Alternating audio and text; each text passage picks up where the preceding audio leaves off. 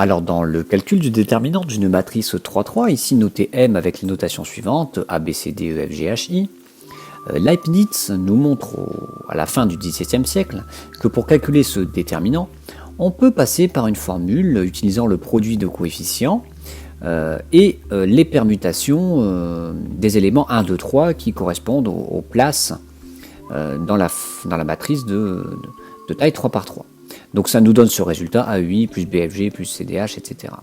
Alors Leibniz en fait procède par une sorte de descente verticale de la matrice M, donc je vous ai expliqué un petit peu le chemin. Alors on part de la première ligne où on voit ABC, donc d'abord du coefficient A, et on va traverser verticalement la matrice en utilisant comme règle du jeu de sauter d'une colonne à l'autre sans jamais revenir sur nos pas, ou si vous voulez en n'utilisant pas deux fois la même colonne.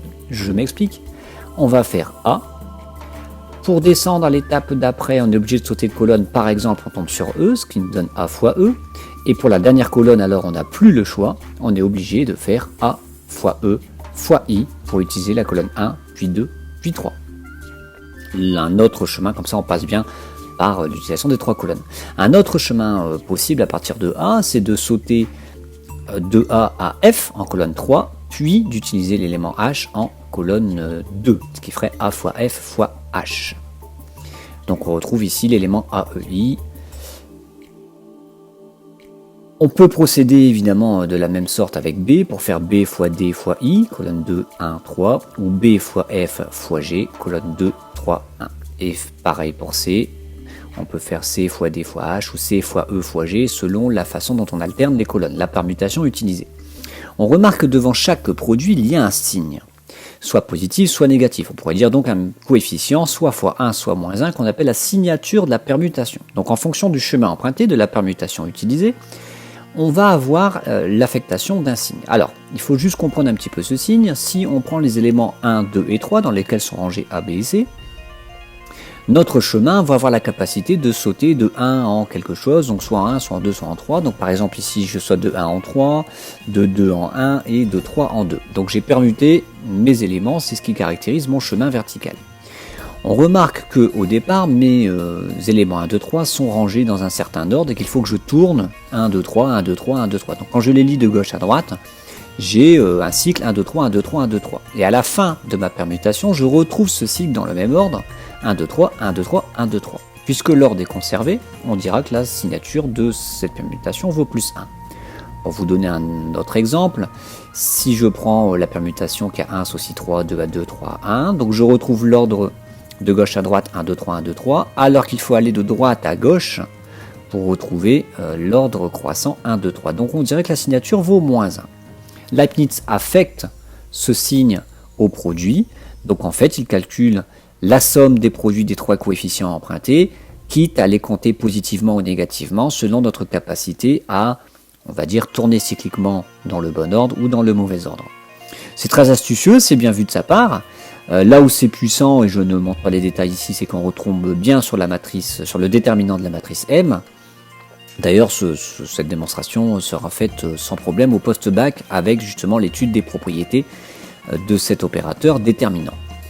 Alors, un siècle plus tard, à la fin du XVIIIe siècle, Laplace vient en quelque sorte améliorer, performer cette technique de calcul de déterminant avec une vision un petit peu plus récursive ici, qui consiste à utiliser une matrice 3-3 et à calculer son déterminant à partir de déterminants de matrice 2-2. C'est là toute la force de Laplace, donc il reprend sa matrice ici 3-3 et on retrouve dans son calcul ici 3 déterminants de format 2-2.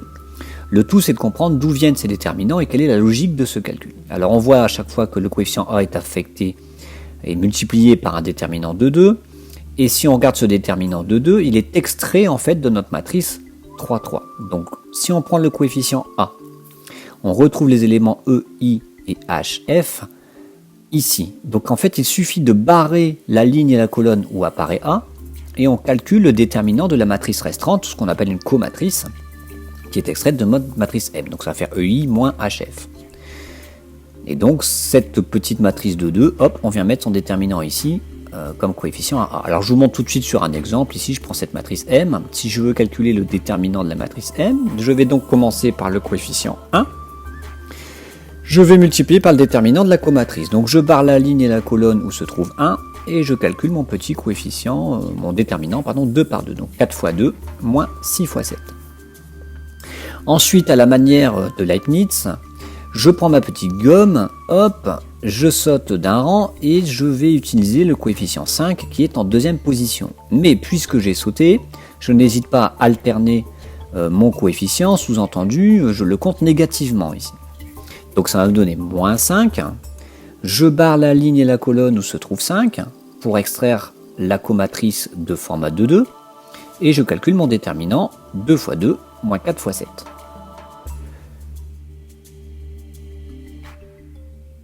Et je reprends ma petite gomme pour cette fois-ci aller à la dernière étape et utiliser le coefficient 3 qui est en troisième place de la première ligne, que je vais recompter positivement. On fait une succession de signes plus, moins, etc. Donc ici, plus 3, je barre la ligne et la colonne où se trouve 3, et je calcule le déterminant de la comatrice associée, à savoir 2 fois 6 moins 4 fois 4.